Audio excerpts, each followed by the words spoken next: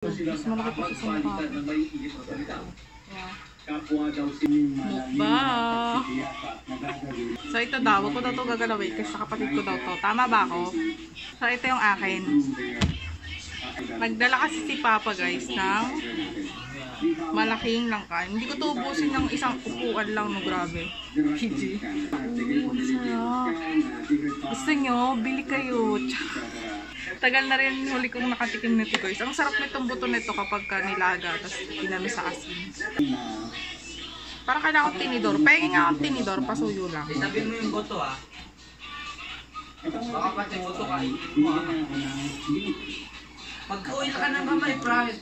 Tamis pa yung contender. Tinidor ba't mantika yun? Binigyan akong mantika. Hindi, tinidor lang yun. Okay na yun. Wala ka. You will regret your decision. Ito ay nireport ko agad sa kanya. Pagkatapos ko ma-report sa kanya,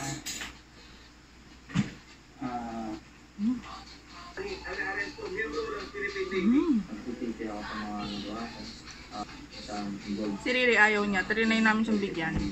Naninibago ata siya sa texture. Ang tamis niya. Heart, di ba siya totally hinog?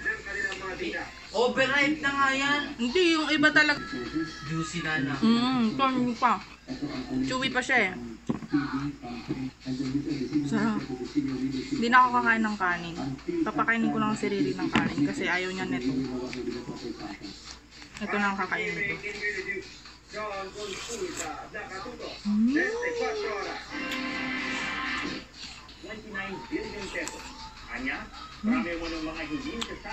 Yummy.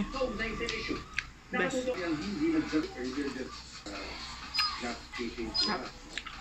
Ang mahal siguro ng ganito ngayon. Ang swerte namin kasi ano lang to, libre. I mean, nakuha, doon sa trabaho nila Papa may mga tanim na ganito. Ay nagdala siya. Tamis? Ang lagusan po na ito, patungo sa isang komunidad na nasa aking likuran, kung saan ay inilakan ang bukit muna para ng patatlong walong doktor na sakot sa iligal na bentaka ng kidney. Inihahanda ng ND Himayi. Ako lang naman nakakain nito. Kasi yung kapatid ko kumain na. Kami lang naman nandito sa bahay. And namigay na kami sa mga kamag-anak namin.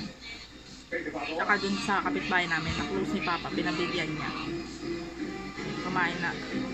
Ang sarap!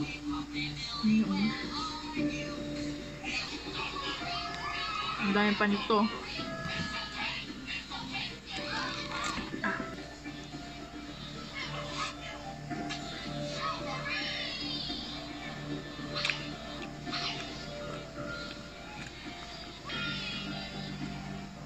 Ito lang yung prutas guys na inahewan ni Riri. Prutas ba ito gulay? Kasi minsan ginugulay din ito, di ba? Paborito namin ng kapatid ko yung ano. Hindi man paborito. Hilig namin. Yung niyatang langka. Guys, thank you Lord. Kaso hindi ko na po maubo. Sorry. Okay na ako. Bye.